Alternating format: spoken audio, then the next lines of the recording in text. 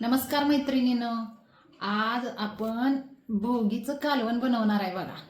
थंडीत सक्रात यायची वाट बघायची नाही. पाडदिना भोगीचं कालवण आणि बाजरीची भाकरी, झणझणीत ठेचा आणि दह्याबरोबर खाण्यासाठी आज आपण भोगीची भाजी बनवायसाठी काय काय घेतले ती बघा.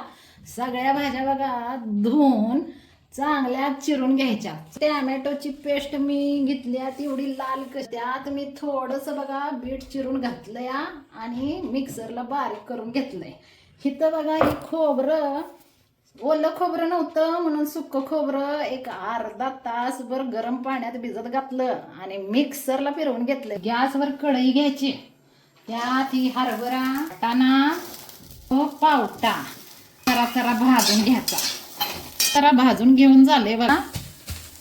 नाजूक हातानं जरा दुखवून घ्यायचं म्हणजे रस्सा एकदम भारीच होतोय. सगळी चव त्या रस्स्यात उतरत्या.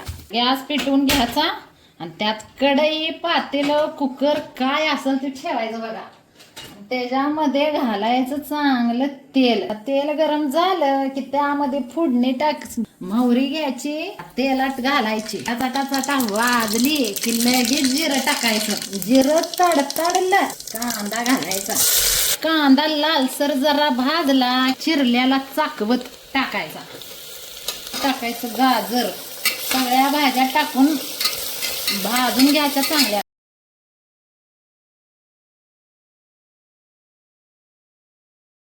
ह्या भाज्या बघा असं चरा भाजून झाल्या की बाजूला काढून ठेवायचं. पातेलं गॅसवर चढवायचं. थोडंसं तेल घ्यायचं. तेल बघा तापलं या. त्यात आपण टॅमॅटोची पेस्ट केलती ती टाकून घ्यायची. लसूण आणि आल्याची पेस्ट आहे ती 1 चमचा टाकून घ्यायची. झणझणीत होण्यासाठी 2 मिरच्या टाकून घ्यायच्या.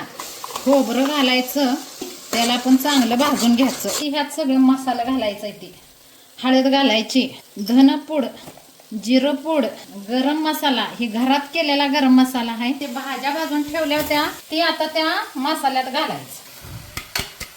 तिकडं भाज्या भाजायला लागल्या त्या तवर इकडं त्याच कुकरमध्ये पाणी घालून खळखळ उकळून घ्यायचं. भाज्या 5 मिनिटं मसाल्यात भाजून झाल्या की त्यात टाकायची चटणी, तिखट, शेंगदाण्याचं कूट.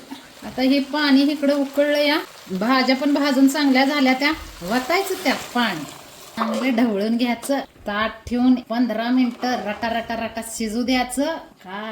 कसला भारी वास सुटला या, नाद खुळा. हे असं झणझणीत कालवण बघा भोगीचं शिजून झालं या. त्यात जराशी कोथिंबीर घालायची. घ्यायचं वाढून खायला. आकाशाची वाट बघताय, चला मग घेऊया वाढून. हे भोगीचं कालवण, ह्या बाजरीच्या भाकऱ्या, लिंबू, कांद्याची पात, ह्याच दही, च्या बरोबर झणझणीत ठेचा. रेसिपी तुम्हाला आवडली तर चॅनलला लाईक, शेअर, सबस्क्राईब आणि कमेंट जरूर करायचं. चला मग भेटू परत. धन्यवाद.